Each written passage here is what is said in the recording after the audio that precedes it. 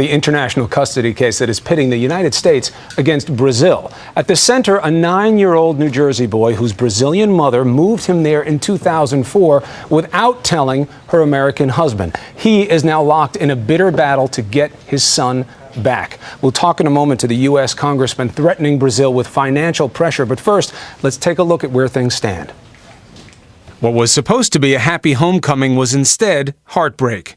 For about the 11th time, I believe, I got on that plane without my son, and each time is a continuation of this tragedy and this nightmare. This should have all ended last week after a federal judge in Brazil said Goldman could finally take his son home. But one day later, the Supreme Court suspended that decision. The Progressive Party went to the Supreme Court in Brasilia claiming that the Hague Convention is unconstitutional to Brazilian law. The Hague Convention requires that children like Sean, who are unlawfully taken to other countries, be immediately returned to their home prior to the abduction. Tomorrow, Brazil's Supreme Court will rule. 5 years ago, Sean's mother, Bruna, took him to her native Brazil. They never returned. All his little outfits? Bruna divorced Goldman in 2007 and married a prominent Brazilian lawyer. Then last August, pregnant by her new husband, she died in childbirth. Brazilian courts wouldn't even let Goldman see his son until this past February, when New Jersey Congressman Chris Smith intervened. The point of my time with him is to reassure him how much I love him. We just spoke with New Jersey Representative Chris Smith. He's introduced a bill that would do away with the trade agreement that gives Brazil $2.75 billion in duty benefits. He wants to suspend it unless Sean Goldman is returned to his father. Here's what he had to say.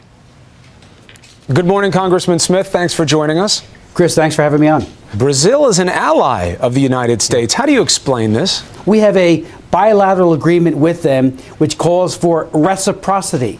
We return their children who are kidnapped, and they return ours. And David has gone through agony trying to bring his son home and be reunited with him. This is not new law. We signed into this 6 years ago. This was 2003, yes. The Hague Convention. So what happens if the Supreme Court goes against Goldman? You know, it's probably the quintessential case of child kidnapping. And even Judge Pinto, the federal judge who wrote an 82-page opinion just last week, said there are two abductions.